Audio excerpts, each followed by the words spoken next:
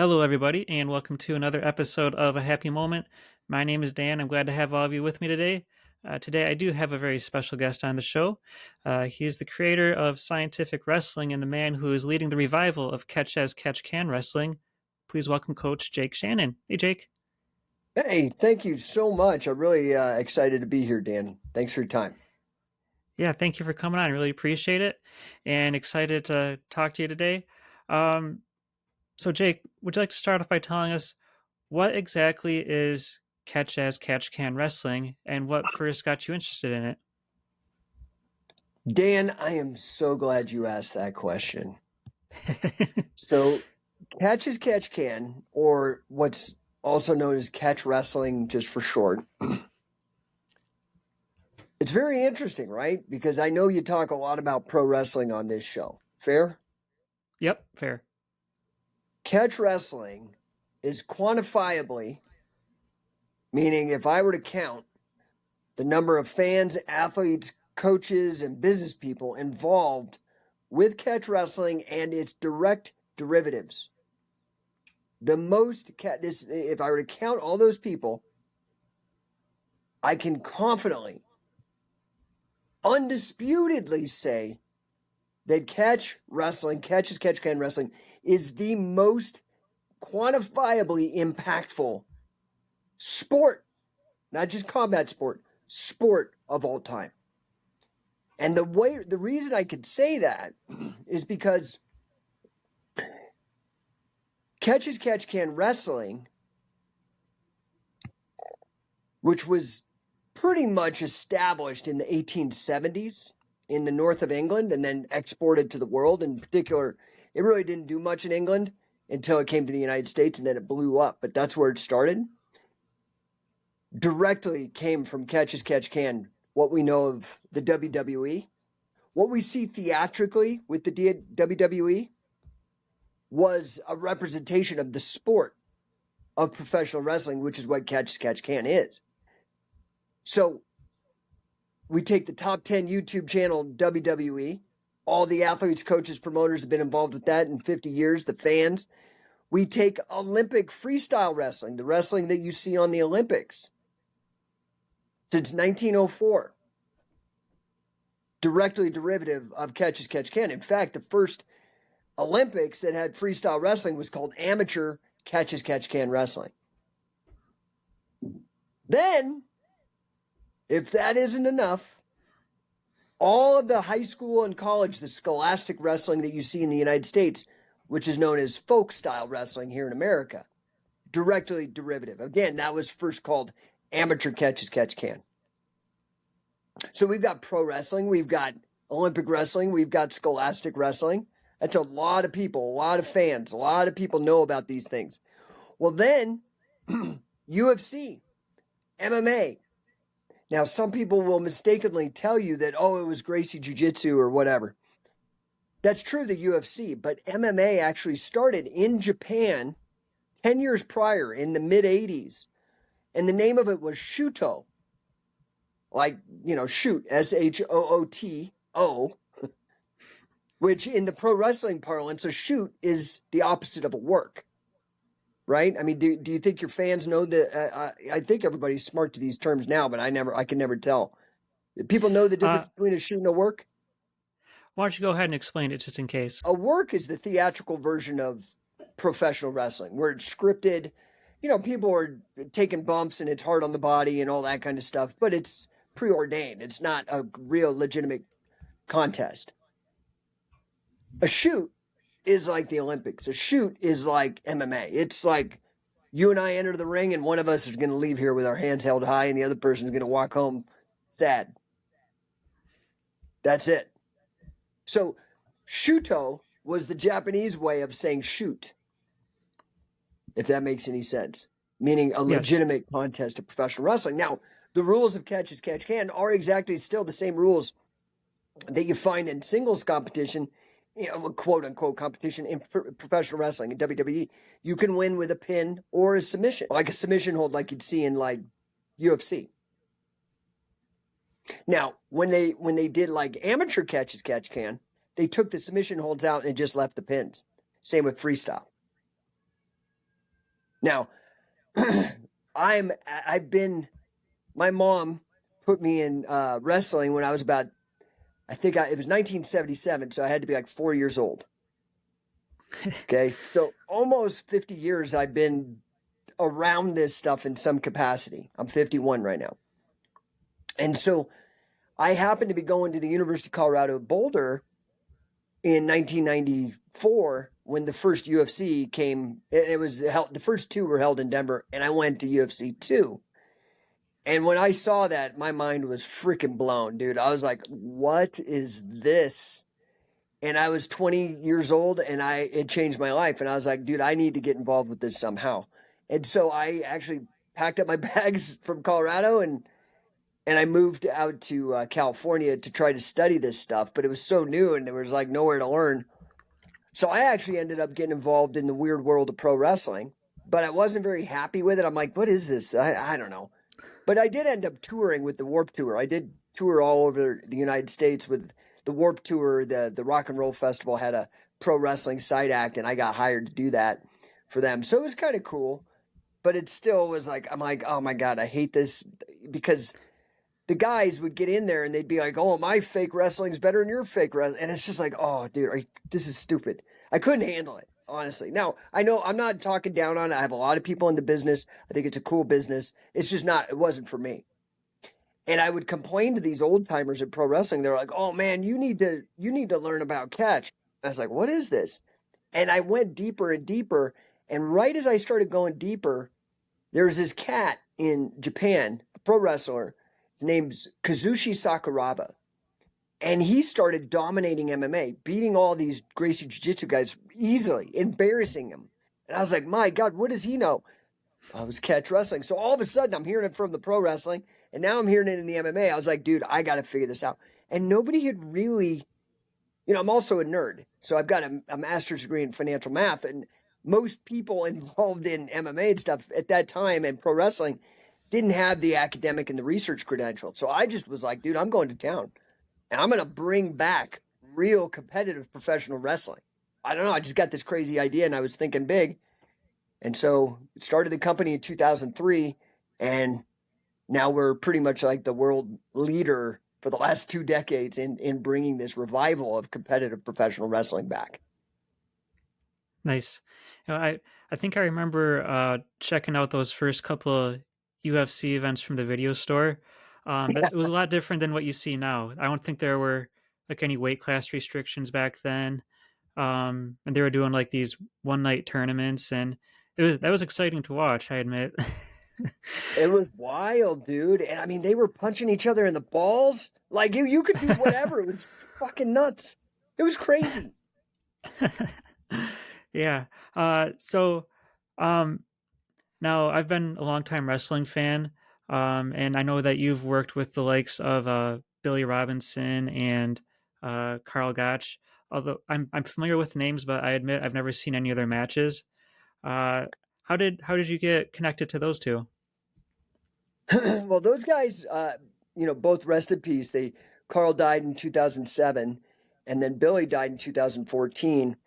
And you have to understand. A lot of people know the name like Lou Thez, right? You've heard that name as well, I'm sure, right? So there were these guys that were like Lou Thez, Billy Robinson, Carl Gotch, that were throwbacks to the early time when it was competitive, and they actually knew how to really shoot, right? They really knew how to compete and how to put on these crazy submission holds and stuff like that. But they had nowhere to compete because the entire system was corrupt. You have to remember, dude, before Vince McMahon came around and made it tongue in cheek and everybody knew that pro wrestling was fake, it was like the mafia, dude. You'd get beat up or maybe even killed if you leaked out that it was fake. Because a lot of these big tough guys made good money doing it, and they did not want anybody questioning it. And so guys like Billy and guys like Carl were the toughest of the tough. Like all the big tough pro wrestler guys. I mean, even you look at somebody like The Rock, who doesn't know how to fight. Not compared to like a professional athlete. He's a big tough guy though. He'd kick your ass. He's big, scary.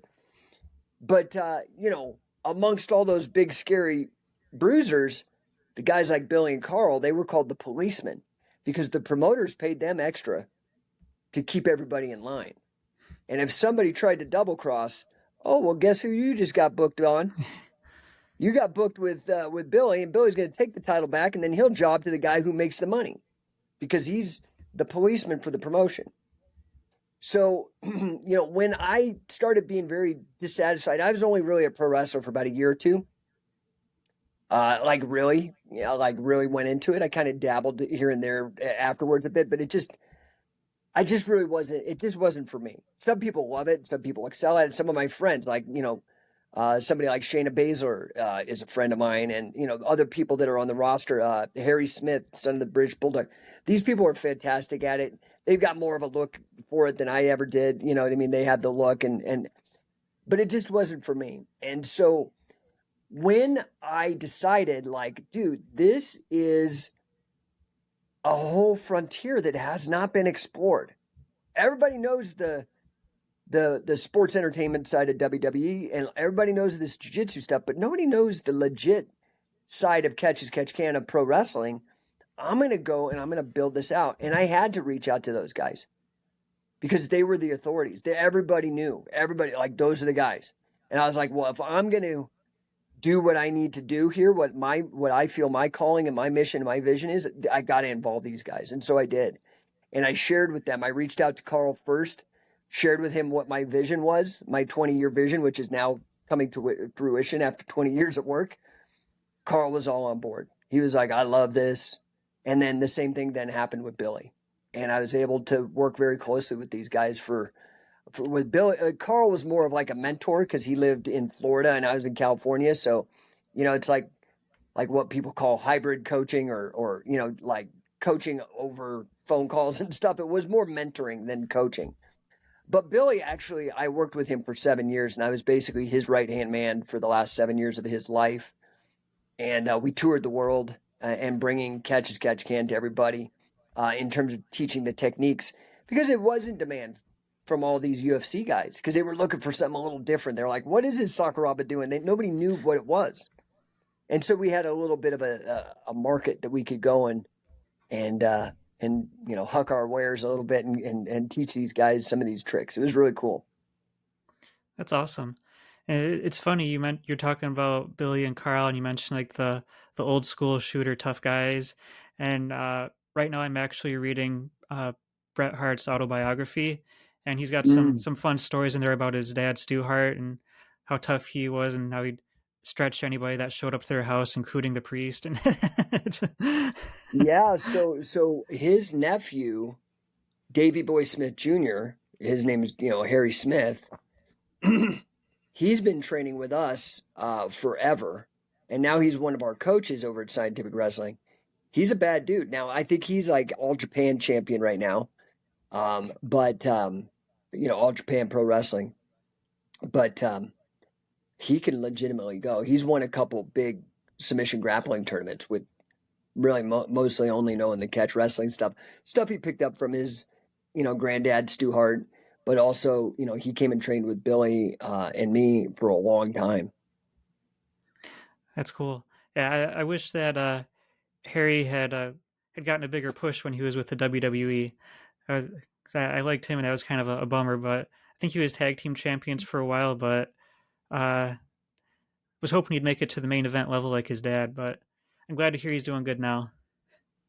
Yeah, I mean, Harry's got his own thing, and I just don't think the WWE style was what he was into. He is into a more realistic, tougher shooter kind of thing that, in Japan's very much like that, right? Like the New Japan style of wrestling is way different than the WWE or the AEW style of wrestling. Uh, Jake, what was first? Did the UFC start, or I'm thinking of that promotion in Japan, maybe early '90s, the UWF, because wasn't that based on So, shoot wrestling? yeah, but the UWF was still work. But it was a worked shoot, meaning the style was what I call like shoot style, which is not shooting. A shoot is a shoot. like, right? But shoot style is really trying, and you can create shoot style real easy. It's actually the easiest way to wrestle if you actually know how to actually competitively wrestle, because you just wrestle from hold to hold and then you let the guy out. Instead of calling your spots and being like, oh, and then I'm going to do this, and then you're going to do that. And we just go, okay, 1, 2, go. And the second you get me, you loosen it up enough for me to work out of the hold, and then we keep going. You know what I mean? And that Mm-hmm. was a lot like, but so UWF, UWFI, rings, those kind of pro wrestling promotions in Japan were proto MMA. They were the ones that really laid the ground. But you have to go, you know who Tiger Mask is? Oh yeah. Sayama. Yep. Yep. The first Tiger Mask. The first Tiger Mask, like wild, dude, like really athletic, crazy stuff. Still, like holds up today better than any of these flippy guys today. It's like, Yeah. what? I Yeah. The mean, wild. legendary matches with Dynamite Kid. Yeah, right. So Shuto was founded by Tiger Mask, and it was an homage to Karl Gotch. Ah, So Karl helped Sayama build out Shuto, and you can go find Shuto matches back in the mid '80s, and they're fighting like MMA, like no work. It's not shoot style; it's a shoot. Like these guys are trying to kill each other, you know. So you have to remember Shuto came first, and this is like the mid '80s, and then Minoru Suzuki and Masakatsu Funaki left the Pro Wrestling Fujiwara Gumi, which was another work shoot organization like the UWFI and the UWF. But they left that to start Pancras, which was also there were some early works, very, very early in the very beginning of some early works, but shoots as well. And so both Shuto and Pancras predate the UFC. So a lot of people, it's just the problem with history. A lot of people don't know history, about how this stuff actually played out. But honestly, catch wrestling, again, was the one that inspired MMA because of Sayama. Sayama was really the guy who took Carl's notions and made it real first. what are your thoughts on the modern MMA? I think it's great. I think that the problem with modern MMA, and this is what I'm trying to solve, right? Like, so one of the things that I'm doing besides scientific wrestling is I created this thing called shoot pro wrestling, right? Because again, shoot pro wrestling. So what we're doing is we're taking the rules of professional wrestling, competing under those rules, real competitive grappling. But we're going beyond just the singles matches. And I think that is what my only gripe with MMA is, that they promote it like boxing. And what I mean by that is it is the same effing match every time. Same rules, same, they add more rounds when it's champion. Instead of 3 rounds, it's 5 rounds and all that, and maybe add a couple minutes on the clock or whatever, okay? But it is the same thing, just like boxing. Same thing, different characters, same match. Different characters, same match. Okay, I get it, but it's boring as hell. I love what pro wrestling did. They said, let's make a variety show. We're going to have tag teams. We're going to have triple threat matches. We're going to have Iron Man matches. We're going to have a cage match. We're going to have singles matches. We'll have women's matches. We'll have hardcore matches. They started innovating past this dumb one thing, which in my opinion is why boxing is not as exciting. I think what we're doing is really leveraging the pro wrestling business model, but with competitive, real sport. So we held the first ever, which blows my mind. Nobody's thought to do this, but hey, I'll take it. Nobody's ever held a real competitive tag team tournament to determine who's the real tag team champions of the world. We did that. You can go over right now, go to shootprowrestling.com. I have the video up for free. We put together a nice little TV show. We've got the first ever competitive cage match, which we just basically did in an MMA cage, which was easy. But it was professional wrestling rules. You could win with a pin or submission, best of 3 falls. We did that with tag teams. We've done that with we call it a triple shoot, but it's a triple threat match in WWE, which is a 3-way single man tag. And then, of course, singles matches. We've even done an intergender match. So it's fun because we're innovating. As funny as it is, nobody's thought to do this before. It's like, you guys are stupid, man. This is just sitting here for the picking. Can you talk a little bit about how the rules work for shoot pro wrestling? Like, I'd imagine there's no striking, for example. Yeah, right. So, the things you see in pro wrestling where somebody hits somebody with a trash can and they're just fouling all the time and the ref is an idiot, that's all out. That's out. We were trying to make a real sport that's bettable. So, and one of the things as a business decision, there is one style which we will explore, but it's kind of a pain in the butt, and I'll explain in a second. So there's one variation of the rules called all in wrestling, and that is where you can slap. And that's what Pancrase basically looked like. They took out the pin from all in wrestling. So you could slap, you could kick, and you could submit in Pancrase. The only difference with all in wrestling and Pancrase from the early 90s in Japan is that in all in wrestling, you can win with the pin as well. We don't in Shoot Pro right now. We have not held an all in match yet. We will, but we have not, because when you have punching and kicking, you invite in the athletic commissions. And I'm too much of a libertarian to be letting in some stupid bureaucrat to tell me how to run things if I don't have to. So for me, I really enjoy being able to put on these matches. Everything's safe. We have EMTs there. We have really good rules. But so basically, you try to win with a pin or a submission, best of 3 falls. Okay, there are rope breaks. And some people get annoyed with that. They're like, why do you have rope breaks? Why don't you just start them in the middle of the ring, and blah, blah, blah, blah. And it's like, well, first of all, in all wrestling, if you go out of bounds, you don't start in the position you were in out of bounds. You start standing up right at scratch again. So like in Olympic or scholastic wrestling. But that harkens back to professional wrestling rules, the competitive ones. So part of the challenge with a shoot pro wrestling is the creation of heels. Well, how do you create a heel in a shoot naturally? Well, the guy who grabs the ropes to save his ass, automatically, the audience ain't stupid. They're like, oh, dude, that guy, screw that guy. He should have stayed in there and fought, or the other guy would have won that, but he did the rope break. So now we're actually creating a place, and some guys play the heel. They strategically know about the ropes, so they're allowed to just grab it. And that pisses people off, which is good for engagement. Because the problem that pro wrestling is brilliant in getting attention and making money, but they had to lie and be corrupt. Okay? Until McMahon came out, it was a lie, dude. I hate to break it to people, but lying ain't good. You don't even have to be religious for that. Nobody likes being lied to. So, we had to figure out a way to retain a lot of the stuff that came into pro wrestling, but with a competitive edge. How do we do that with competition? So basically, like I said, to your question directly, pin, submit, best of 3 falls. You can have rope escapes. Now, what we do is we have a reverse point system that we actually did get from the UWFI, where for championship matches, both players start with 5 points.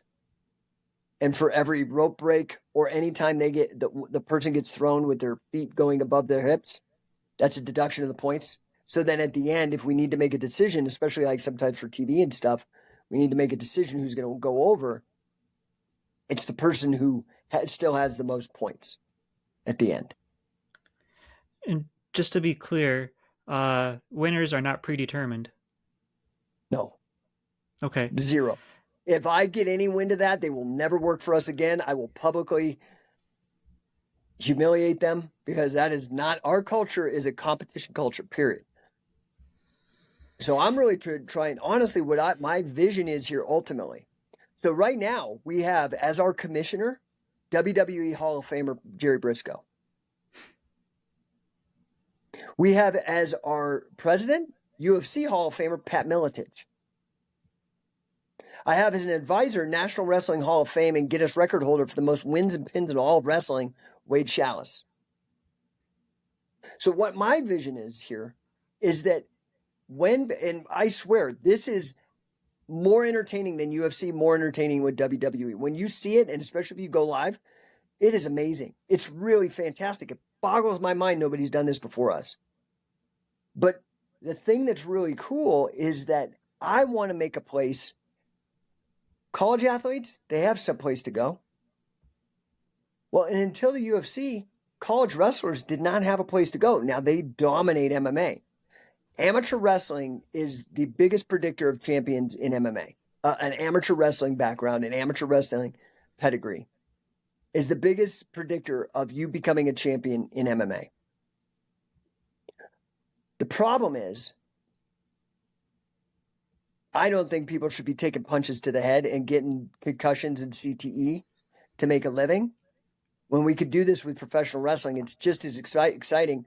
And in fact, professional wrestling, like WWE style stuff, is the longest running television show in history. It's been on since the dawn of television. It is part of the American subconscious, man. It's like Americana.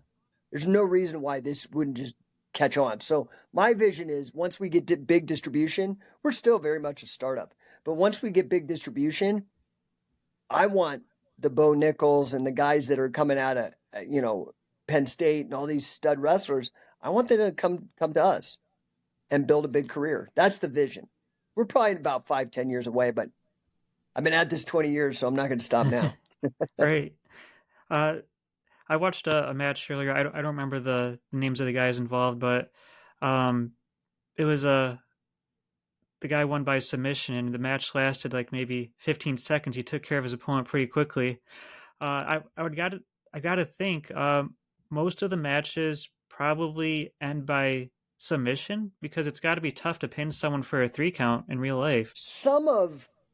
Okay, so it depends. The modern age, the modern era, when we're doing it, the majority of the wins come from submission, but I think that's because most of our guys who have the balls to compete under this rule set have come in from a jiu-jitsu or an MMA background. We do have a lot of legitimate guys coming in from wrestling. We had some Greco guys, we had some good folk styles, and some freestyle guys. But so I think that skews it towards submission right now. Traditionally speaking, before pro wrestling turned into a work and it was competitive, most of the wins predominantly were with pins. So what I believe will happen is I believe pinning will take over again once this matriculates and we get enough people competing and we start really allowing the data to come in, because we just have a sheer mass quantity of data on matches and their outcomes. I have a feeling pinning is going to dominate again. And I think a lot of people don't understand pinning. In particular, people in the grappling world. I'm still fighting this myself, this battle in that sub-community. And I'm winning now. People are starting to see it. The big names are starting to jump on board and acting like they came up with the idea. Too bad for them. I planted my flag everywhere. It's like well documented. But pinning, in my mind, even if it's like in a martial arts context or a self-defense context, pinning demonstrates a mastery of the human body that I could fight you and beat you and incapacitate you without even hurting you. That's a level beyond just choking somebody. That's more of a thug. I get it. In the rules of a contest, it's good. But like out in the street or something, I don't want to go to jail because I killed somebody. I don't want to go to court because I broke somebody's arm.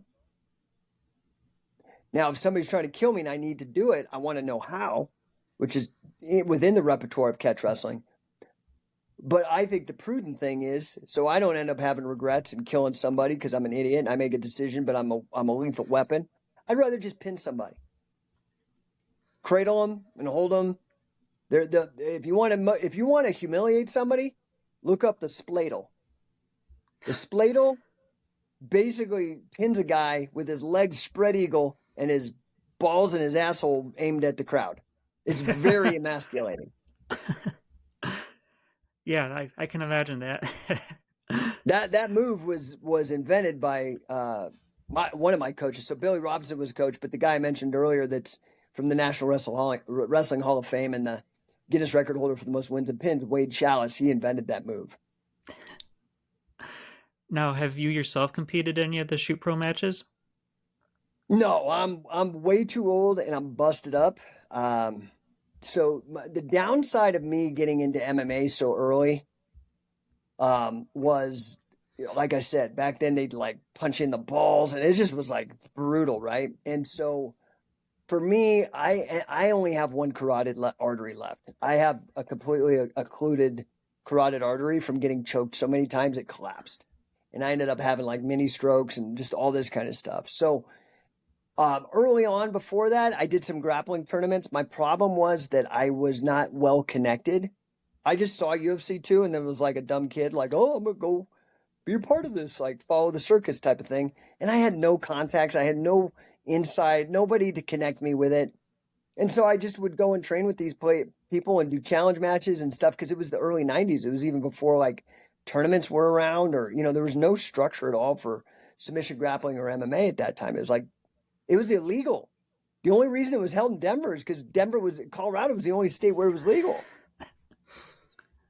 So I regret not being able to, but honestly, I think had I really competed and not been, nerfed by God with this stupid carotid artery dissection, I would probably never have done all this stuff on the business side, and in the leadership side and the development and the creating of the opportunities. I probably just would have tried to chase glory for my own name instead of trying to build a whole sport and being like a pioneer, Yeah. Jake, let's shift gears a little bit. You mentioned the business aspect of it. Would you like to talk about the business coaching that you do? Oh yeah, okay. So I mean, as much of a nerd as I am for wrestling and wrestling history and all this obscure stuff, I'm also a super business nerd. I have a master's degree in financial mathematics, and I worked in investment banking and mortgage banking at very high levels on the data side, and I've started several companies, scaled them, and even sold companies.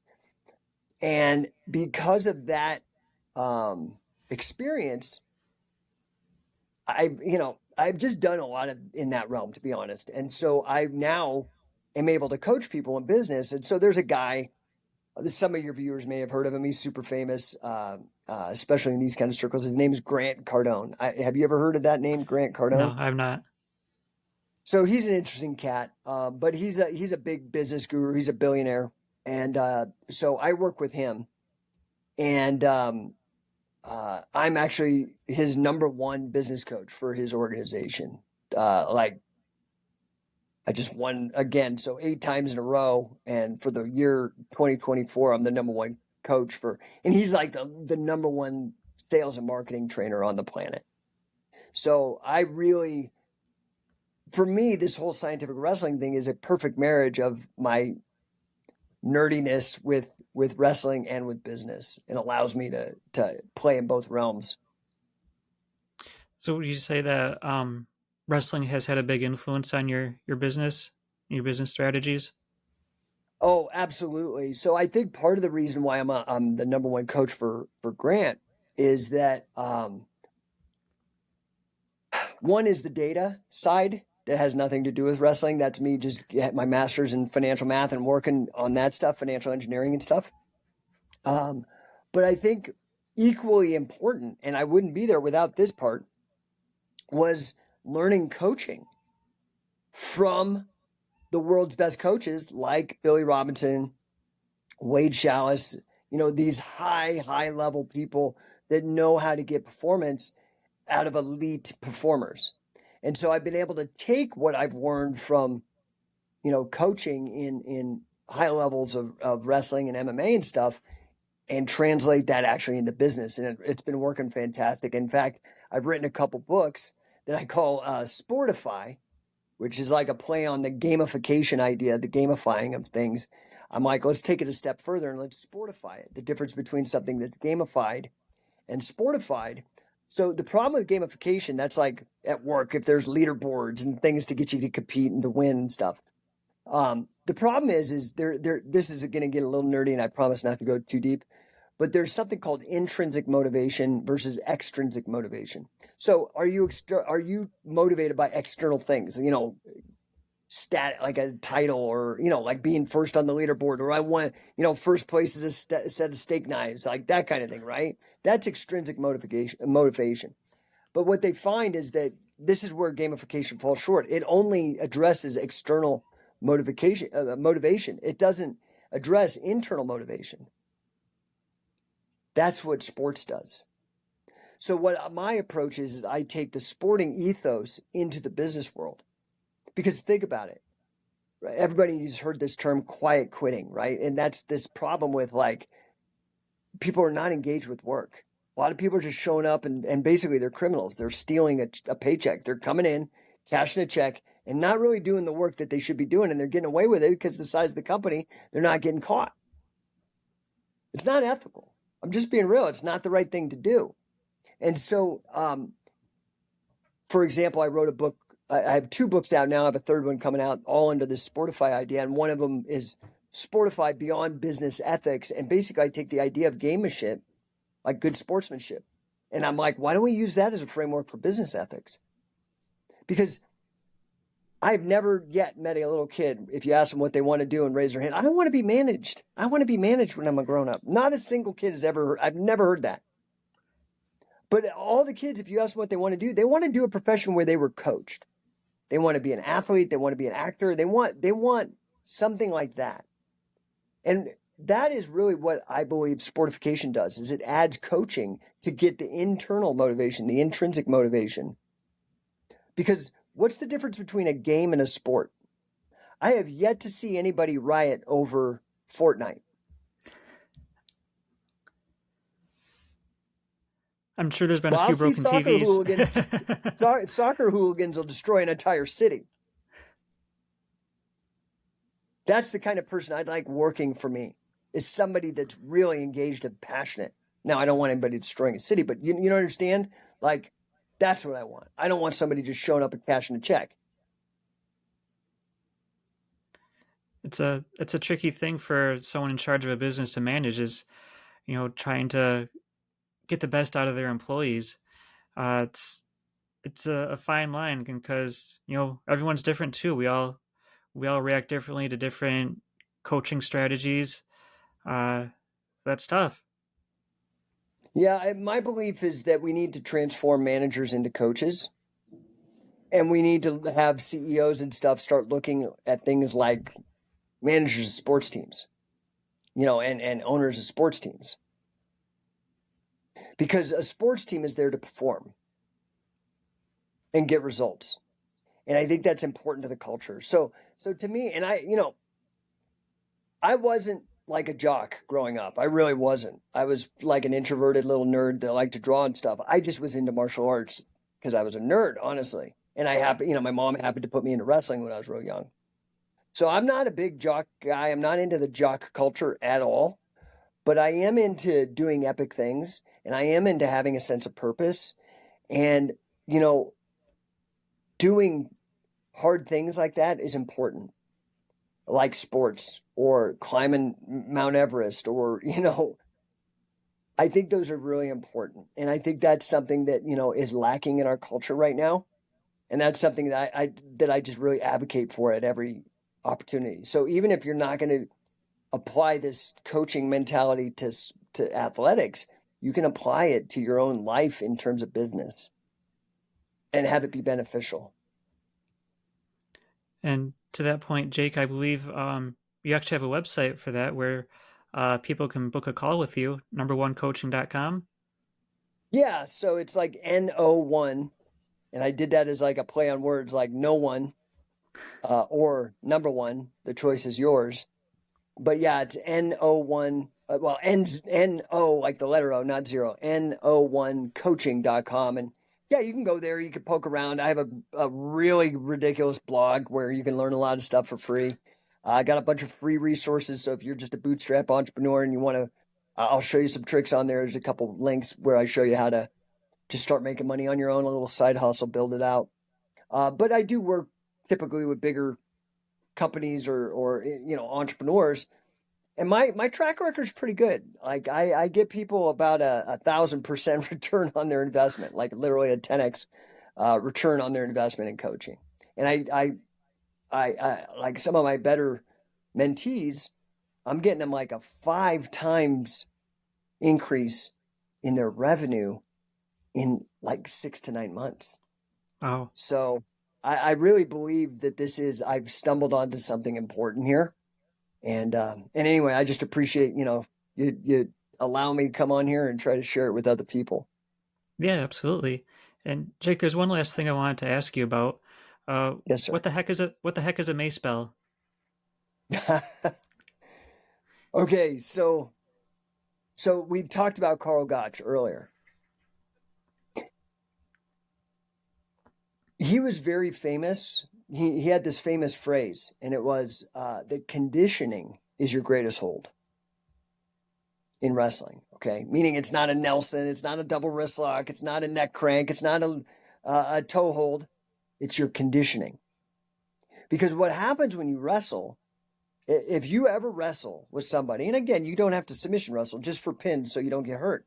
But if you wrestle with somebody, you realize very quickly, holy shit, this is maybe one of the most difficult athletic endeavors ever. You run out of gas very quick. Very quick. It is really brutal. In fact, most people who've done a variety of sports and then do wrestling, they're like, that's the hardest fucking thing I've ever done. Even MMA guys are like, wrestling, it's brutal. And so conditioning, it was fundamental to Carl. And so in addition to traveling the world to learn wrestling holds, he also traveled the world to learn conditioning techniques like athletic, CrossFit type of stuff, but back before CrossFit, right?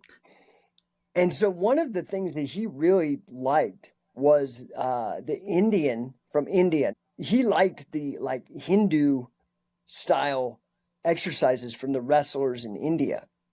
And they would do like body weight squats and kind of these dive bomber looking push-ups that they kind of look like upward and downward dog and yoga done as a push-up together, right? So but one of the implements that they used, they didn't use dumbbells and barbells.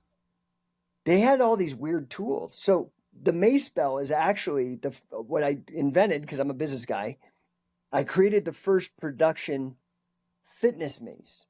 So again, my company's number one. So I like to do all these first things and be the number one guy and whatever. So what I did, Carl had showed me this thing called a Gada, Gada, from India. Now they were typically made out of stone and wood. And it looks like a bowling ball with a broomstick on it, right? You got the giant ball on the end and a long stick and you swing it. It's really difficult. So you would see the Iron Sheik do it with the Iranian meals, with the two clubs. Do you ever see the Iron Sheik do that? I don't think so. Okay, if you look up if you go to YouTube and type in Iron Sheik and clubs, you'll see him. It was a gimmick he used to do in the ring, right, to get attention. This is like when he and Hulk Hogan were beefing or whatever. So the Gada is very similar to that, but it's just one, not two clubs. It's a giant mace, and you swing it for fitness. And because of the giant weight on the end of a long stick, and you swing it around you, for the centrifugal force makes your grip like ridiculous, which is super important in wrestling. Because if you and I like, we're just like, yeah, let's have a friendly wrestle. I'll put $50 on it. You're like, yeah, I beat you. If I grab your wrist and all of a sudden you hear your bones start cracking just from my grip strength, I'm pretty much already won the match. You're already freaking out. You're not thinking about protecting your leg or defending the takedown. You're thinking, holy shit, my wrist's going to break. You know, right? So Yep. I brought this thing and I called it the mace bell because at that time in 2006, when I brought it out, the big thing was called a kettlebell, right? I'm sure everybody knows that. They got kettlebells now in Target and stuff, which is crazy. But I was like, okay, kettlebells are cool, but that's not really for wrestlers. Carl showed me his God. I'm like, how do I do this? And I tried to get it made out of like how Carl's was, out of wood. but it was so ridiculously expensive because these wood guys couldn't make them en masse, right? Like I didn't know anybody that could make like a production mace out of wood. It was like $400 each unit. Like I'm like nobody's gonna buy a $400 piece of fitness equipment that's so simple, doesn't have any machinery to it at all. So I ended up reaching out to the world's biggest kettlebell manufacturer at the time. The leader, their name was Torque Athletic. They've since moved on to other business ventures, but I approached them and they loved the idea, and the rest is history. And so now there's like Joe Rogan makes them with On It, and like it's everywhere. In fact, On It, which is Joe Rogan's company, he owns with this other guy. They flew me down there to honor me and all this stuff down in Austin, Texas and stuff. So yeah, that's a whole other weird thing. It's fascinating though. If you go to YouTube and type in Mace Bell, you'll get an eyeful. Okay, very cool. Jake, the website is scientificwrestling.com, and people can go there if they want to watch some Shoot Pro wrestling videos. Of course, you also have, we have a YouTube channel as well for that.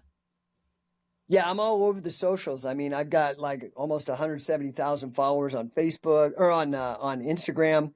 I've got like 60, 70,000 on Facebook. We got a bunch on, now we're focusing. We did not focus on YouTube for some reason, even though we were on YouTube in like 2006, like way early, but we just never really looked at it. So right now we're leaning heavy into YouTube. We're growing pretty quick on YouTube. Tons of video, tons of free content for people. Okay, very cool. Once again, Coach Jake Shannon, thank you so much for coming on the show today. I appreciate it. Hey, I really appreciate your time, Dan. Thank you so much. All right, thank you.